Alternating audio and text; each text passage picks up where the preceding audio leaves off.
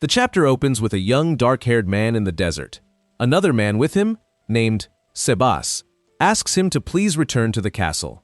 The young man, a bit annoyed, tells him to stop appearing out of nowhere, until Sebas informs him that General Dominique has just died. There's little evidence to confirm he was murdered, but if he was, they might not find the killer. Hearing this convinces the young man to return, but not before completing his mission. He changes his clothes, as he turns out to be a prince pretending to be an adventurer. Sebas understands he's doing this to avoid being discovered, but he warns him not to take too many risks. Calling him the seventh prince of the Adracia Empire, Arnold Rix Adler tells us that because his younger brother was born talented, he's called the Bland Prince, which only motivates him more to do as he pleases. Also, his adventurer name is Silver, a double S rank. Later, he arrives at the guild, where he hands over the horn of the Minotaur King. The receptionist pays him, saying it's an honor to have one of the 5 double S rank adventurers in the capital. Since money isn't that important to Silver, he often gives part of it to buy drinks and asks for priority on the toughest missions. After this, he goes to an alley to return to his normal form and open a portal to the Imperial Castle. There, he meets his brother, the 8th Imperial Prince, Leonard Rex Adler, the butler Sebas, and the maid Mary. Arnold asks to know what happened to Dominic. Leonard mentions it was his fault for having him as an ally. Arnold lists several names that could have killed him, but they still don't know who it was. Arnold's priority is to avoid a family conflict, but if he doesn't fight for the throne, they'll kill him too, just like they did with his mother and Arnold. With that said, Leonard decides to fight for the throne. Arnold supports his goal, advising him to gather strength to stay safe. For his part, he will seek allies, but the most powerful ones are from noble families or ministers in the top 3 factions. Leonard says Arnold would make a better emperor, but that's not the life his brother wants. Later, Sebas asks why he doesn't reveal he's Silver, a double S rank. Arnold explains that his great-grandfather became obsessed with ancient magic, to the point of madness, making magic a taboo in royalty, and it wouldn't be good for them to know he uses it. Sebas adds that Silver is the most powerful in the kingdom's history, but it's in Arnold's best interest that no one knows his identity. With that, he asks Sebas about any duke involved in the struggle, to which he replies that the Kleiner house had no choice due to monsters appearing on their land, so Arnold thinks of sending Silver to help them and collect a favor, but that would raise suspicions about his relationship with Leonard. Arnold doesn't mind, as if they think that, they'll hesitate to attack him. So Arnold changes his clothes, and Sebas suggests he be careful, also informing him that the Duke Kleiner's daughter is Blau Mue. The protagonist remembers her as the woman who received the blue seagull pin from his father. Sebas confirms this, asking him not to be swayed by her charms. This irritates Arnold, who tells him to stop being so annoying all the time. Sebas apologizes, but reminds him that's why he was hired. Well, putting that aside, Arnold puts on the mask and says goodbye to Sebas. Now at the Kleiner mansion, our protagonist talks to a blonde man, introduces himself as Silver, and asks to see the Duke. Upon hearing his name, the man laughs, saying if he had expected his visit, the guild would have informed him, so to save time, he tells him to go home. Silver was about to show his adventurer card, but the man says it's unnecessary, and that he should leave at once. This angers Silver, so he makes it clear he's there on direct orders from Prince Leonard, making the man's attitude a complete insult to the prince and to him. The blonde doesn't care, and again orders him to leave. At that moment, our protagonist notices a lady watching him from one of the mansion's windows, so he decides to leave, thinking on the way that she is definitely beautiful. Back at the mansion, Sebas greets him while having tea. Arnold walks to his desk and informs him they will go to the Kleiner mansion as soon as possible. Sebas asks if he hasn't returned from there, and Arnold replies no, that was Silver, but this time, Prince Arnold will present himself, and then the Duke will have no choice but to beg Leo. Sebas points out that his attitude seems villainous. Arnold hushes him and orders him to prepare immediately, as it will take 5 days by horse to reach the mansion. After 5 days of travel, our protagonist is now meeting with Duke Kleiner. Confused by his visit, the Duke asks why he's here. Arnold says he wants to discuss compensation. The Duke asks what he means. Arnold reminds him that, although Leo didn't want this, the situation calls for his support. He shouts if he doesn't remember when Leo sent Silver, a double S rank adventurer, to solve the monster problem. Hearing this, the Duke stands up, surprised, and asks if he's sure. This infuriates Arnold, who yells if he dares to question him. Sebas, meanwhile, asks him to calm down, as it seems the Duke was unaware of the situation. Arnold decides the matter. Arnold decides to listen, so keeping calm, he gives the Duke more time to gather information. Once the Duke leaves, Sebas comments on how well the ruse went. Arnold replies it wasn't quite like that, as someone from that mansion actually kicked Silver out. It's the only thing he can do for his brother, even if it stains his own reputation. Suddenly, they hear shouting from across the room, as the Duke and his son enter apologizing, since Silver indeed arrived at the mansion 5 days ago, but his son denied him entry. Seeing the Duke scold his son, Arnold reminds him that his children's mistakes are also his. As compensation for ruining the deal with Silver, he asks for something valuable for his family. At that moment, a young lady offers herself as compensation, introducing herself as Finn von Kleiner, and pleads for her family's forgiveness. Hearing this, her father and brother try to stop her and beg the prince not to take her away. Sebas also suggests to the prince that he should calm his anger and talk to Leonard first to see what to do. Arnold hesitates to do this, as he might end up forgiving them. Sebas tells him that if that's the case, they can't do anything. After all, that's what attracts people.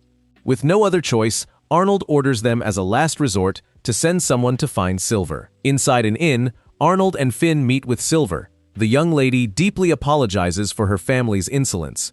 Silver clarifies that there's no need to apologize, as he understands that her family is quite incompetent. To this, Arnold asks if he's willing to resume the mission. Silver replies that he is, but first he needs to confirm something. He asks if he managed to get the Duke's family on his side. Arnold answers that they promised nothing. At this, Silver compares him to his brother, who would be capable, making it clear he won't help unless the Duke confirms his support with a signature. Facing the issue, Arnold asks him to eliminate the monsters anyway. Silver comments that it's not easy to trust a bland prince. Arnold admits he isn't trustworthy, but still bows his head, pleading him to do it. Seeing this, Finn is taken aback. Silver also tells him that he seems to lack all the pride that royalty should have. Arnold acknowledges he's not trustworthy, but still needs him to eliminate the monsters. Under the insistence, Silver finally agrees. After all, his role as an adventurer forbids him from leaving the monsters free. However, he tells Finn he hopes to count on the Duke's family. Finn is delighted to hear this, promising they will meet his expectations. As they were about to get into the carriage, Sebas highlights how extraordinary it was to create a false image of Silver with illusion magic. Arnold comments that, as expected, it worked, and now she is convinced it was really him. During the ride, Finn thanks Arnold for bowing his head for the sake of his subjects, recognizing he's not as terrifying as they say. Arnold denies doing it for them. Finn agrees but still prefers to think he did it for her. Seeing her face when she says this, Arnold has a brief memory of his past, which embarrasses him. Later, in front of a bunch of slimes, Sebas asks him what came to mind at that moment, if it was the meteor shower he saw with his mother and siblings as kids. If for some reason Lady Finn's smile reminded him of that joy, Arnold asks him to stop saying nonsense, so Sebas apologizes. Watching the slimes multiply, Sebas informs him that 2 A-rank adventurers and 4 B-class ones were sent to neutralize the threat, but they couldn't solve it. Given that, Silver heads to the place to deal with it immediately. We now move to the center of the problem, where the adventurers were dealing with the slimes when Silver appears. The team leader introduces himself as Abel, an A-class, and comments that although they heard about him from the Duke, they can't leave as adventurers.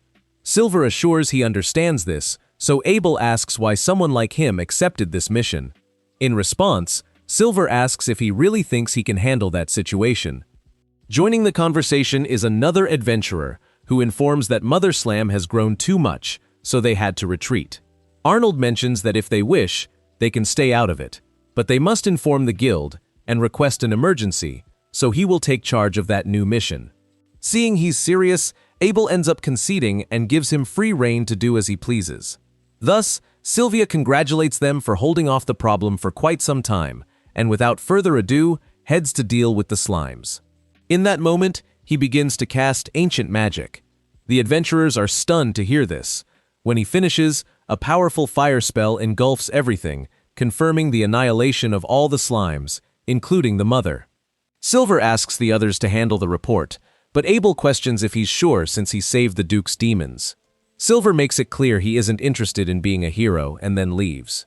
Back home in the afternoon, Arnold removes his mask, quite satisfied, but then hears Finn's confused voice recognizing him as Prince Arnold. Amid the panic, Arnold asks why she came in. Finn replies she made some desserts and thought she'd leave them on the table since he wasn't there. Arnold understands it wasn't meant badly, but still tells her she can't just leave. Finn promises she won't tell anyone he's Silver, but of course, she says this while shouting. Arnold points this out, but also mentions he set up a soundproof barrier so no one can hear them. With that, he approaches her and asks if she's really not afraid he might do something, like silence her forcibly. Finn confidently tells him he would never do that, but she would accept it if he did. Arnold is surprised by her trust in him. Finn continues, saying he is the hero who protected her lands, and then realizes that everything he did, like talking to Silver, was a setup to support Leonard, which shows her he's a good person. Arnold clarifies that Sebas is the only one who knows his secret, so he'll know if it leaks. Finn reassures him that she understands perfectly. Sitting on the couch, Arnold feels disheartened for ruining his lifelong secret this way. One night, he goes to the Duke, who is in a meeting with the adventurers from that morning. They report on the job, and just as they are about to receive a bonus, they refuse it, claiming they didn't eliminate the root of the problem. When they leave, the Duke thanks our protagonist for the help, promising that his family will support Leonard for the throne. To all this, he asks Arnold if he's missing names, and our protagonist replies that he is. In that case, the Duke offers his daughter, explaining that yesterday Finn insisted on settling her family debt with him, and he thinks that being the famous Blau Mode, she will be very helpful. As they depart in a carriage, Arnold asks if she's sure about this. Finn replies that she is, thinking it's the best way for him to keep an eye on her, to which Arnold coldly responds that he'd prefer she stay home. After 5 days, we return to the Imperial Sword Castle. Leonard is surprised that Arnold could contact Silver. He apologizes for getting ahead of himself, but Leonard isn't bothered by it due to his trust in his brother. Arnold mentions the mission was successful, but that doesn't mean they can rely on Silver. Leonard says he understands, but thanks to Silver they have the Duke on their side, so he must be a good person. He also asks about the person who came with him, and Finn enters the room saying it's an honor to meet him. She also mentions that Arnold told her he's very kind. Upon hearing this, Leonore invites her for tea to hear what else Arnold said about him, and now that they know each other, she asks Arnold what role Finn will play in this. The protagonist replies that she will handle negotiations, so she will need to come to the mansion often to show that the Clainers are on their side. He also asks Leonard if they have more potential allies, but the strongest ones have already been taken. At this point, Finn asks them about the 3 contenders. Leonard asks Arnold if he hadn't told her, and indeed, Finn asked him everything, but never about that. Here we learn that the second prince, Eric Regs Atler, 28 years old, is in charge of the military personnel and is famous for his intellect. Next is the third prince, Gordon Rex Atler, 26 years old, the most powerful in the army, and with a great taste for the battlefield. Lastly, there's the second princess, Sandra Lex Adrar, 22 years old, talented in magic and highly respected in the Empire. These 3 have expanded their influence in the quest for the throne, being a bureaucrat, a military man, and a mage. Each brother has great allies, but now the nobility is trying to win them over. This dispute for the throne began when their older brother, Wilhelm, died in battle 3 years ago, and for Arnold, the most reliable candidate is Leonard. At that moment, the maid Mary enters to deliver a letter stating that Duke Savrit supports Sandra and Duke Paulman has sided with Gordon. Both dukes are part of huge corporations, so their alliance is likely for money, something they can't compete with. However, now they have the Clainers. For now, Arnold will rest after the long trip, and 2 days later, Finn asks him to show her the capital. He declines, saying it draws attention, so he puts on glasses to disguise himself, but when that doesn't convince her, he puts on a disguise. He puts on a hood. Seeing the ridiculous disguise, Arnold asks who came up with that idea. Finn proudly replies it was Sebas, who also told him they wouldn't need guards while he was with him. Arnold calls Sebas, quite annoyed, but he doesn't show up, so he reluctantly agrees. However, he mentions it will be a short tour, as he assumes there are many requests to see her. Finn denies receiving those requests, which Arnold immediately understands. After all, she's one of the king's favorites, but to avoid wasting more time, they start the tour. Finn asks about the different shops in the city until she suddenly smells a peculiar aroma. Arnold points out a medicinal herb stand and asks if she wants to try, warning her first that they're bitter. Finn suggests they go somewhere else. Before that, Arnold tells her to call him Aru from now on. To avoid being recognized, Finn excitedly agrees, promising she'll do it always. After this, they sit down to eat while Arnold describes each building. When Finn tries the sandwich, she asks what kind of cheese it has. Arnold teases her, saying it's from a lower Minotaur. Yes, how bad it is, but then clarifies it's goat cheese. Finn gets a bit annoyed, but she keeps eating. While she does, Arnold tells her he used to sneak out of the castle to play with kids in the park. Hearing this, Finn feels a bit envious, as she has very few childhood friends. Arnold encourages her, saying she'll be able to make friends from now on, but she must always be careful, as there are bad people who will try to hurt her. Finn is touched by these words, promising to cherish them for life. Just then, some kids splash water on her dress, so Arnold immediately takes her away from there. When they arrive at the clothing store, Finn asks our protagonist what she should wear, but he replies anything is fine. Finn asks about a dress she likes, so Arnold picks a white one. While she tries it on, the seller talks to Arnold quite confidently. Our protagonist asks him not to tell anyone about today. The seller promises he won't, but he's still curious about what will happen, as it's not usual to see him out with women, asking if he's finally settled down.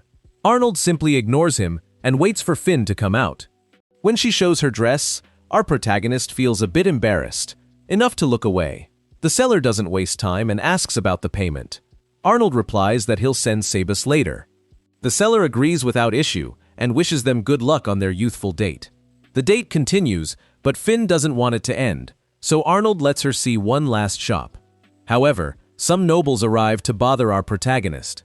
The main one is the Duke's eldest son, Holzwick von Guido, who doesn't care that Arnold is royalty, because no one cares about a bland prince, especially one who's Leonard's brother, as he doesn't have the royal family's bearing. Guido starts hitting him with his cane, but no one does anything until Finn arrives. Guido mistakes her for his maid until she reveals she's Finn of the Kleiners, and tells him he's a disgrace as a Halsworth, also tricking him into thinking he's not Arnold, and Arnold plays along with Leonard's hairstyle, pretending to be him, causing Guido to apologize. But Arnold says he won't do anything, just asking him to leave. Having been humiliated, he leaves. Arnold mentions that Guido might want to get back at Finn now, and asks her not to put herself in danger again. She apologizes for acting that way, but our protagonist also thanks her for defending him and apologizes for ruining their date. Finn says it's fine, suggesting they go out again another day, something Arnold doesn't deny. Days later, the brothers are called to a meeting, but this doesn't happen often, so they can expect bad news, and inside the room are all the princes and the king himself. But well, if you've made it this far, comment the word bland to let me know you've reached the end. Check out these 2 videos, as handsome as you are. See you next time. Take care, drink water, shower. Bye.